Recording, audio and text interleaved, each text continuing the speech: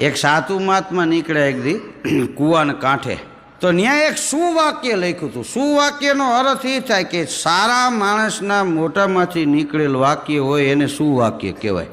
સજ્જન મહાપુરુષના મુખમાંથી જે શબ્દ નીકળ્યા હોય એને સુવાક્ય કહેવામાં આવે. સાધુએ સુવાક્ય વાંચ્યું. શું લખ્યું હતું કે માણસ ધારે કરી શકે. ત્યારે એ સાધુને એમ થયું કે હું ગમે એમ તો ભલે સાધુ થઈ ગયો, પણ મૂળ માણસને મારે આ નક્કી કરવું છે, આ લખવાવાળો છે એ લખ્યું છે એ સાચું છે, માણસ ધારે એ કરી શકે.